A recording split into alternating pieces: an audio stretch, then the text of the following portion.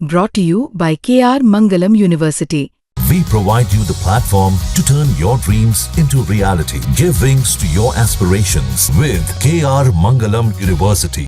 नमस्कार दोस्तों, क्राइम तक में आपका स्वागत है। आज बात करते हैं ऐसे केसेस की जिसमें आप सोच सकते हैं या पता नहीं आप ऐसा सोच भी नहीं सकते कि 4% कन्विक्शन रेट, यानी कि 96% जो केसेस हैं वो एक्विटल पर चले गए, यानी बरी हो गए आरोपी। ऐसा क्यों हुआ? मैं बात कर रहा हूँ रेप केसेस की, और ये डाटा जो है वो करीब 4 सालों का डाटा है। और मेरे साथ मेरे जो राइट हैंड पर आरटीआई एक्टिविस्ट हैं शोने कपूर, इन्होंने ये डाटा दरअसल दिल्ली की तमाम जो कोर्ट्स हैं वहाँ पर आरटीआई फाइल की। उसके बेसिस पर इनको जो डाटा मिला उसका जब हमने रिसर्च किया तो पता चला कि सिर्फ 4%, आप सोचिए, रेप केसेस में कन्विक्शन हुई है। 96% केसेस आरोपी बरी हो गए। शोनी जी से बात करते हैं। सर, ये बताइए, ये जो आपने आरटीआई लगाई, ये क्या सोचकर आपने लगाई और इसका क्या आउटकम, जैसे हम बात कर रहे हैं, थोड़ा डिटेल में आउटकम बताइए। देखिए, मैंने जो ये आरटीआई लगाई, दिल्ली के सारे डिस्ट्रिक्ट कोर्ट्स में मैंने आरटीआई लगाई रेप केसेस को लेके, जिसमें कि पॉक्सो इंक्लूडेड नहीं है। यानी जहाँ पे स्त्री जो है वो मेजर है, यानी 18 साल से अधिक है, उसमें क्या कन्विक्शन रेट्स हैं। बहुत बार हम सुनने को मिलते हैं कि रेप में लड़कियां जो हैं पलट जाती हैं, हॉस्टाइल हो जाती हैं। तो मैंने 7 सवाल पूछे थे, जिसमें से पहले 3 सवाल थे कि कितने केसेस डिसाइड हुए, उनमें कितनी कन्विक्शन हुई, उसमें कितने में एक्विटल हुआ। ठीक है। ये 3 सवाल का डेटा मुझे 11 में से 10 जुडिशल डिस्ट्रिक्ट से मुझे मिला। एक जुडिशल डिस्ट्रिक्ट ने इसको डेटा को देना मना कर दिया है, वो है द्वारका। तो बाकी 10 डिस्ट्रिक्ट्स का डेटा है। पिछले 4 साल में 3097 केसेस डिसाइड हुए हैं, यानी 2021 से 2024 तक। 2025 का डेटा इसमें नहीं है। और उनमें से मात्र 133 केसेस के अंदर कोई कन्विक्शन हुई है। 133 केसेस में मात्र 133, जो कि निकल के आता है 4.29%। मेरे आगे के 4 सवाल ये थे कि कितने केसेस में स्त्री जो है वो हॉस्टाइल हो गई। मुझे सिर्फ 2 डिस्ट्रिक्ट कोर्ट्स ने ये डेटा प्रोवाइड किया, और उस डेटा के हिसाब से लगभग एक कोर्ट में 40% और एक कोर्ट में 33% स्त्रियां जो हैं वो हॉस्टाइल हो जाती हैं। यानी वो जब कंप्लेंट लिखवाती हैं तो लिखवाती हैं हमारे साथ रेप हुआ, और जब गवाही का समय आता है तो ऐसा दिखाती हैं कि उनके साथ कोई इस तरह का रेप जैसा कोई कृत्य उनके साथ नहीं हुआ, और उनको हॉस्टाइल डिक्लेयर कर दिया गया। तो ये शॉकिंग था।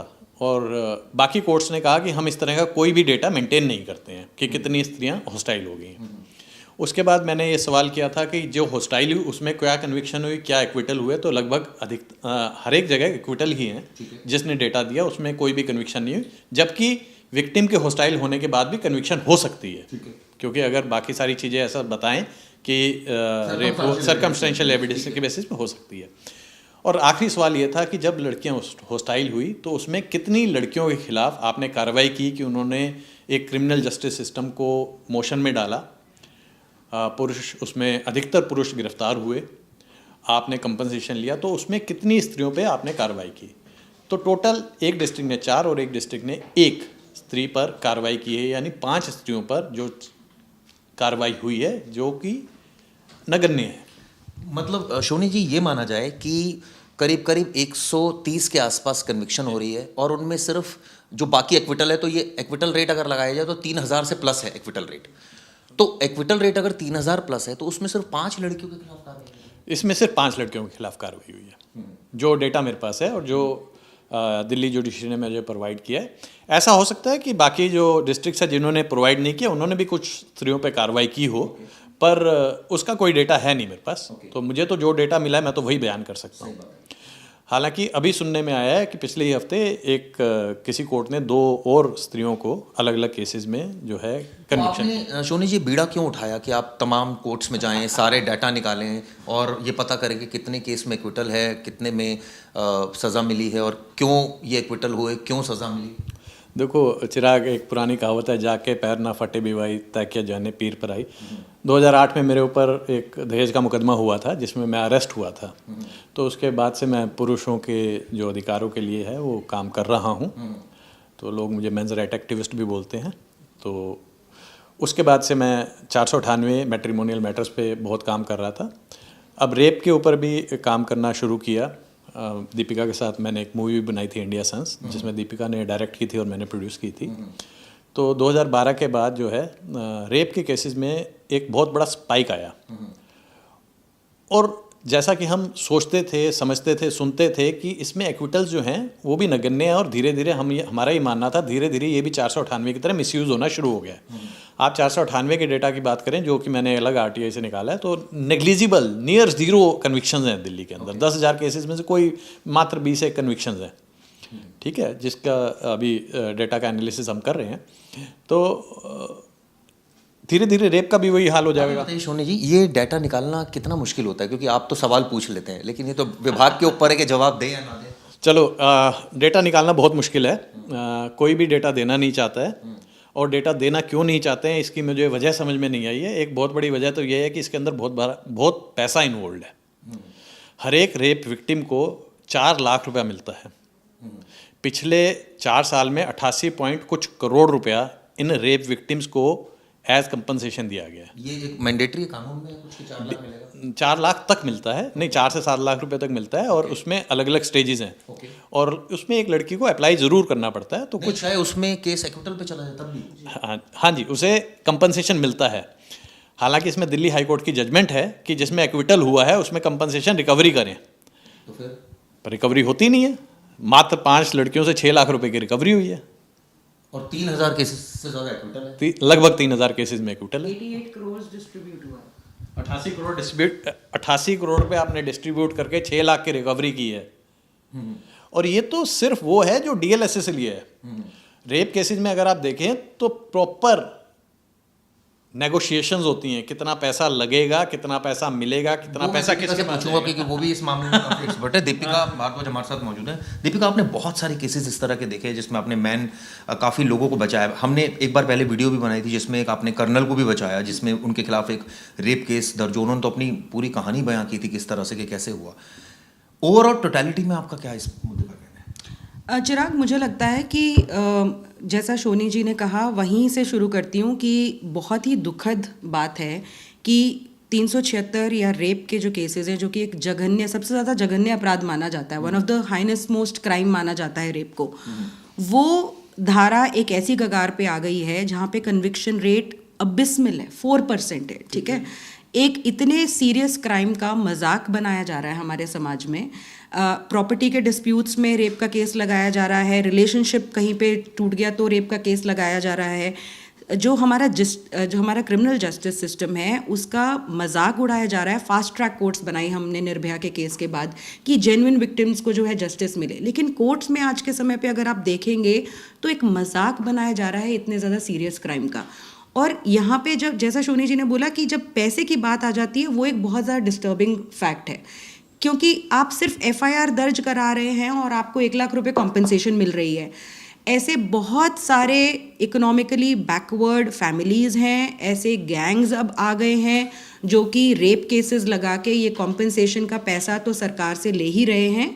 जिनको अक्यूज्ड बनाते हैं उनसे भी, जैसा इन्होंने कहा कि ये तो सिर्फ हम लोग जो सिस्टम ने उनको पैसा दिया, कॉम्पनसेशन दिया, उसकी बात कर रहे हैं।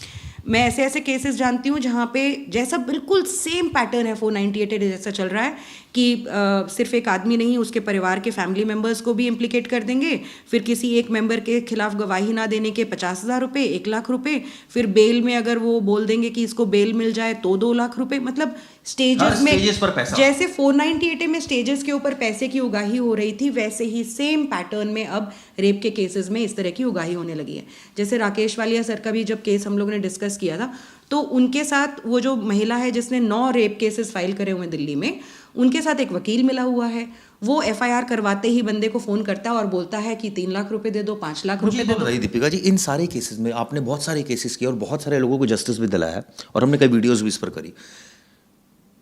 जिस पर आरोप लगता है वो तो जेल जाता ही है? जी बिल्कुल जाता है। और कितने दिनों के लिए मिनिमम जेल जाता है? मैं अभी आपको एक केस बताती हूँ। दिल्ली की ही कोर्ट में एक महिला के खिलाफ परजुरी का केस हुआ।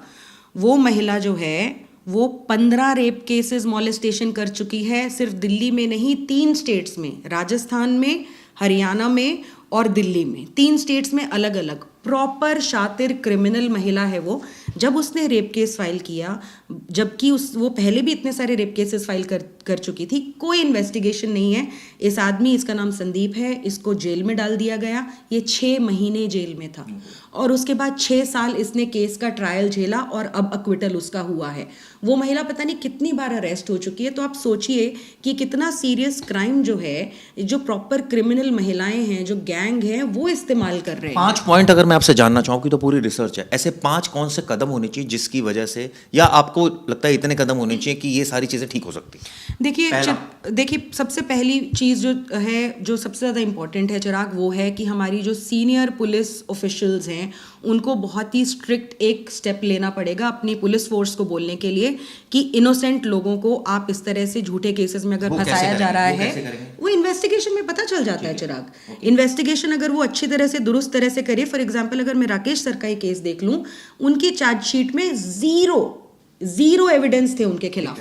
तो बजाय कि उस केस को क्लोज, आपका कहना है कि इस तरह के केसेस में जो यूजुअली पहले अरेस्ट कर लेते हैं, अरेस्ट ना करें, पहले इन्वेस्टिगेशन करें। प्रॉपर इन्वेस्टिगेशन होनी चाहिए सबसे पहले। तो अगर वो इन्वेस्टिगेशन में पाया जाता है कि महिला ने झूठ बोला है तो उसके ऊपर तुरंत पुलिस के द्वारा ही कार्यवाही होनी चाहिए, उसको जेल भेजना चाहिए। जब ऐसी कुछ हजारों महिलाएं जेल में चली जाएंगी तो शायद ये रेप केसेस थोड़े कम होंगे।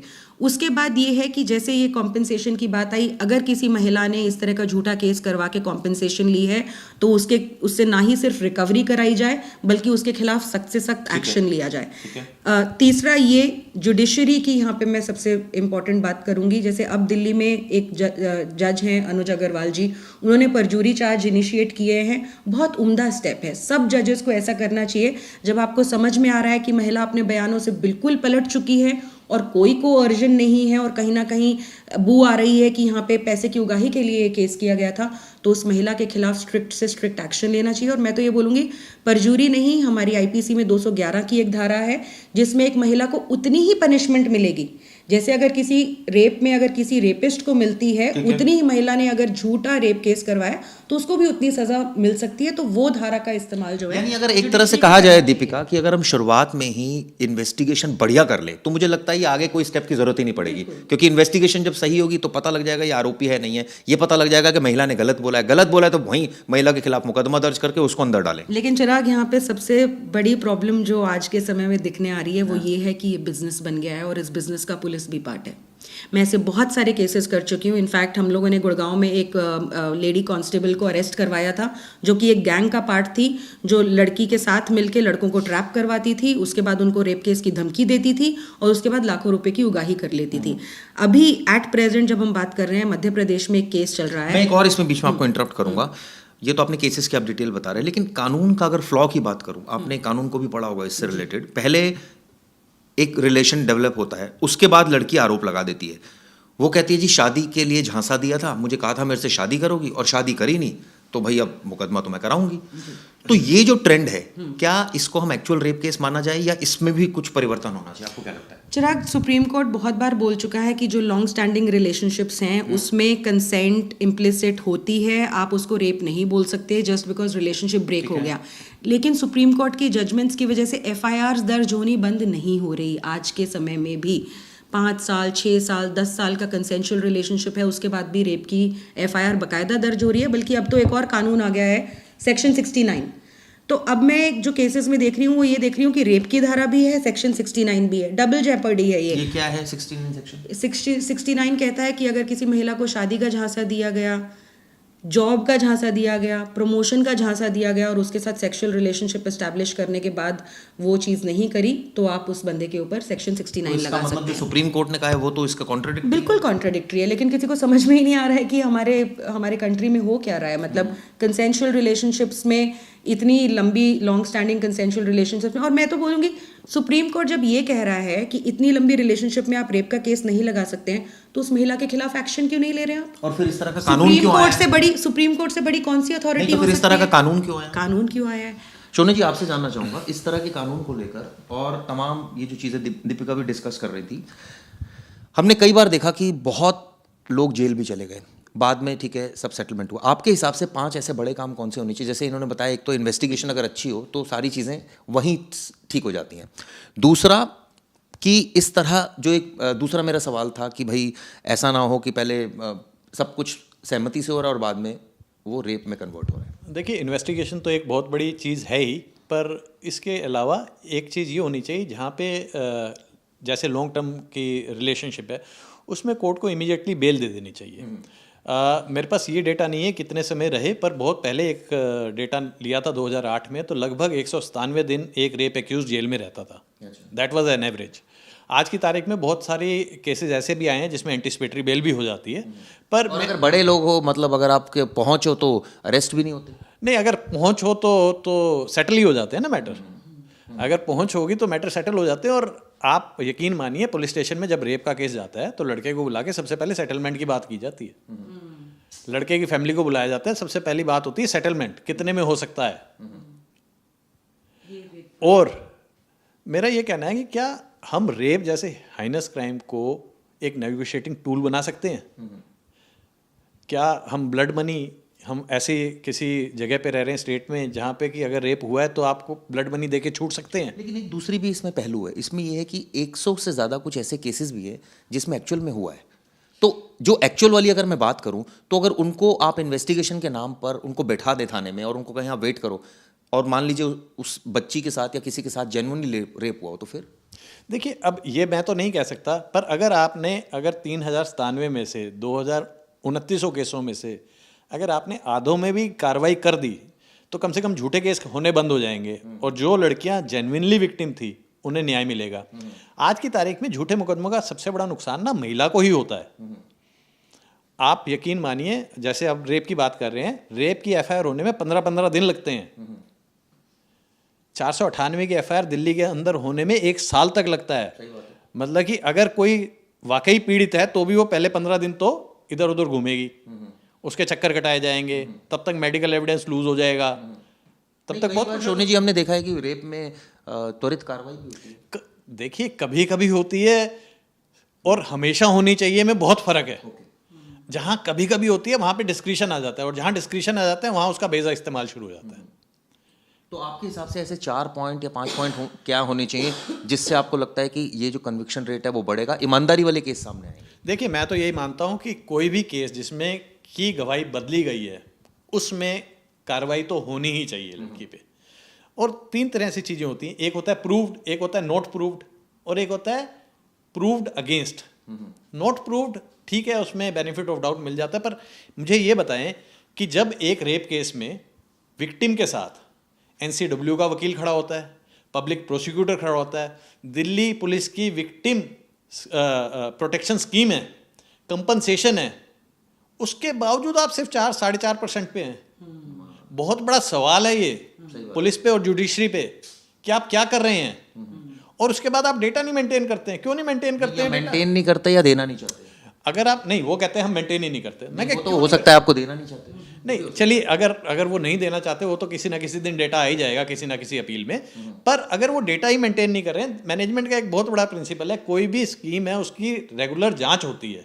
कोई भी आप भी न्यूज़ एंकर हैं, तो आपके मीडिया हाउस में कोई भी प्रोग्राम है उसकी रेगुलर आप मॉनिटरिंग होती है। आप इसकी मॉनिटरिंग ही नहीं कर रहे हैं, क्योंकि स्त्री के खिलाफ बोलना, महिला के खिलाफ बोलना, झूठे मुकदमे बोलना, आप कहते हो ये बहुत बड़ा क्राइम है, ये सेल्फ इज अ क्राइम। एक और चीज़ मैं आपको बताती हूँ, ये मैं अपनी पर्सनल एक्सपीरियंस बता रही हूँ। इनफैक्ट बहुत सारे ऐसे फॉल्स रेप केसेस हैं जहाँ पे मुझे पुलिस वालों की मदद से ही मैं जिन विक्टिम्स थी उनको मदद कर पाई, क्योंकि ऐसे बहुत सारे सीनियर पुलिस ऑफिसर्स मेरे काम से प्रभावित हैं। वो देखते हैं कि मैं जेन्युइनली लोगों को मदद कर रही हूँ, तो वो लोग भी हमारे को मदद करते हैं। उनकी सबसे बड़ी जो विडंबना है वो जो मेरे साथ शेयर करते हैं, वो ये बोलते हैं कि दीपिका जी हम क्या करें, क्योंकि हमें तो अदालत ने बोल दिया कि आप सिर्फ 164 की स्टेटमेंट इसकी और एफआईआर के बेसिस पे आप चार्जशीट फाइल कर दो। अब हमारे को साफ पता चल रहा है कि ये झूठ बोल रही है, और इतने सारे एविडेंसेस हैं जिसमें ये झूठ बोल रही है। तो आप ये बताइए कि कई केसेस में दिल्ली पुलिस या कोई भी पुलिस पूरी प्रॉपर इन्वेस्टिगेशन करती है और उसके बाद करती है, अगर अपने पर आ जाए तो? नहीं, बिल्कुल करती है, लेकिन बहुत कम केस। भूषण शरण का हम केस ले लें, यहाँ प्रॉपर इन्वेस्टिगेशन हुई। जब हाई प्रोफाइल केसेस होते हैं चिराग, तब तो पूरी की पूरी लॉ बेंट हो जाता है। वो तो हम लोग आमतौर पे देखते ही हैं, और हम लोग भी ऐसे केसेस में सवाल यही उठाते हैं कि ये अगर कोई आम इंसान होता तो इसको पहले जेल दिखाते, उसके बाद इससे बात करते। जब ये ऐसे हाई प्रोफाइल केसेस होते हैं इसमें तो कुछ भी होता है, और इनफैक्ट हाई प्रोफाइल केसेस में जेन्युइन विक्टिम्स के साथ भी इनजस्टिस हो जाता है, मैं इस चीज़ में बिल्कुल भी डिनाई नहीं करूँगी। लेकिन एक चीज़ जो अभी रेप के केसेस में बहुत बड़ी जो निर्भया के बाद हुआ है, जो कि पेन पॉइंट कहीं ना कहीं पुलिस वालों का भी है, वो ये है कि उनको ये राइट नहीं दिया गया है कि वो अपनी डिस्क्रिप्शन, राइट की किस में, कानून में नहीं दिया, मतलब कोर्ट्स जो हैं उनको सवाल उठा। लेकिन आपने सबसे पहले वाली बात बोली कि सुप्रीम कोर्ट ने कहा है। एक एग्जांपल बताती हूँ, मुझे अभी थोड़े दिनों पहले गाजियाबाद पुलिस के एक पुलिस ऑफिसर ने फ़ोन किया, हम लोगों ने अपनी डॉक्यूमेंट्री गाजियाबाद पुलिस में दिखाई थी, तो सब लोगों ने मेरा नंबर लिया, तो एक जनाब ने मुझे फ़ोन किया, उन्होंने बोला मैम मैट्रिमोनियल डिस्प्यूट में महिला अपने देवर के ऊपर रेप केस लगा रही है, बोल रही है 3 साल पहले इसने इसका रेप किया था, जो डेट बता रही है उस दिन दिवाली थी। तो हमारे को समझ में आया कि बिल्कुल फर्जी केस है, तो हम लोगों ने उसमें फाइनल रिपोर्ट लगा के कोर्ट में पेश कर दी। जज ने उस पुलिस ऑफिसर को हड़काया कि तुम्हारी हिम्मत कैसे हो गई, तुम्हारे को किसने राइट दे दिया कि तुम इसको केस को क्लोज कर दोगे, मैं तुम्हारे डीजीपी को कंप्लेंट करूंगा।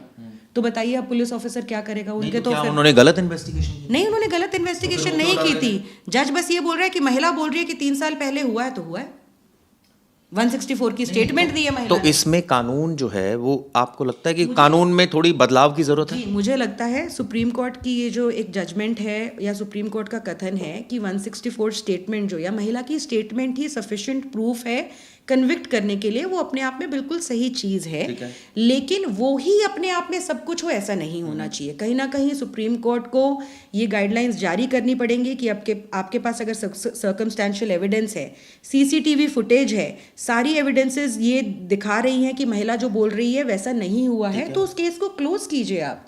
सिर्फ उसकी स्टेटमेंट, देखिए कानून जो है या जुडिशरी जो है, मुझे लगता है शायद इसी वजह से अदालत कन्विक्ट कर सकती है सिर्फ, और स्टेटमेंट एक स्टर्लिंग स्टेटमेंट बोलते हैं, उसके बेसिस पे अदालत कन्विक्ट कर सकती है, वो सही अपने आप में कानूनी चीज़ है। लेकिन आप सिर्फ एक स्टेटमेंट के बेसिस पे आप बंदे को अरेस्ट भी कर लो, फिर चार्जशीट भी फाइल कर दो, उसके बाद केस बिल्कुल फॉल फ्लैट हो जाए क्योंकि वो स्टेटमेंट अपने आप में बिल्कुल झूठी थी, ये गलत है। मैं आपसे जानना चाहूँगा, जो 3000 के आसपास केसेस एक्विटल हुए, क्या उसमें 164 नहीं हुआ? सब में 164 के बयान हुए थे। और कोर्ट ने क्यों? देखिए उसमें बहुत सारी चीज़ें होती हैं। एक तो महिला ही मुकर गई कि ये बयान मैंने दबाव में दिए थे, ये बयान मैंने, पूछता भी है, हाँ ये पूछता है, वो कहते हैं जी मैंने दबाव में दिए थे, या पुलिस वाले मुझे बहला के लाए थे, फुसला के लाए थे, मैंने गुस्से में दिए थे। बाकी 50% केसेस ऐसे होते हैं जिसमें बयान दिए थे, पर जब उसको क्रॉस एग्जामिन किया गया तो ये पाया गया कि ये बयान सच्चे नहीं थे, क्योंकि वो बयान जब 164 के होते हैं तो लड़की अकेली देती है, उस समय उसके कोई सवाल जवाब नहीं किया जाता, लड़की जो बोलती है जज साहब वही लिखते हैं और उसको 164 के बयान बोले जाते हैं। उसके बाद उसको क्रॉस एग्जामिन किया जाता है बाकी सारी चीज़ों से। जैसे अभी मैं आपको एक केस की बात बताता हूँ, एक केस अभी एक्विटल हुआ उसमें कल परसों ही। उसमें क्या था कि लड़का लड़की जिस समय का कृत्य बताया गया उस समय फ़ोन पे बात कर रहे हैं।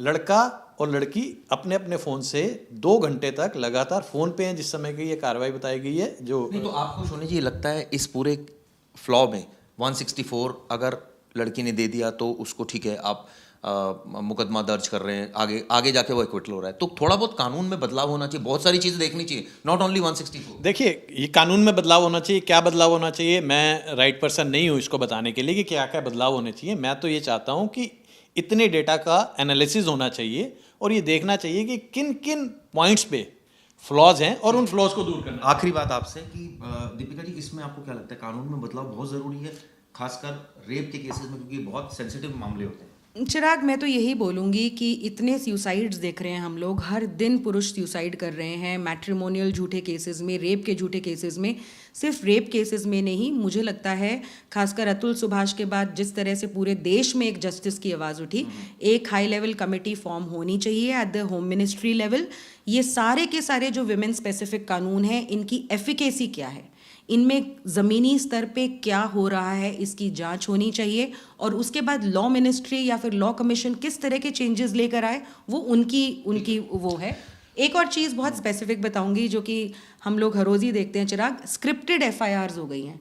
नशीला पदार्थ दिया था, वीडियो की ब्लैकमेल करने, हर एफआईआर में 100 में से 80 एफआईआर में आपको एग्जैक्टली ये स्टेटमेंट्स दिख जाएंगी जिनका कोई सर पैर नहीं होता है। पुलिस को भी पता होता है कि ये बिल्कुल झूठ बोला जा रहा है, लेकिन फिर भी जो है वो कुछ कार्यवाही नहीं करती। तो आपने देखा किस तरह से रेप केसेस में जो आपको रियलिटी थी वो मैंने आपको बताया कि 4% कन्विक्शन, ये अपने आप में डाटा बहुत ज़्यादा चौंका रहा है और बहुत ज़्यादा सवाल खड़े कर रहा है, क्योंकि हमने देखा अक्सर रेप केसेस में जो ज़्यादातर लोग होते हैं वो नोन होते हैं, और ऐसे में अगर आगे जाकर रेप केसेस का ये हश्र हो रहा है तो ये एक तरह से सिस्टम का मजाक उड़ाया जा रहा है, जिसमें पैसा भी खर्च हो रहा है, जिसमें सारे लोग इन्वॉल्व भी हो रहे हैं, जिसमें सरकार का समय भी बर्बाद हो रहा है और एक पूरा सिस्टम जो है उस पर सवाल भी खड़े हो रहे हैं।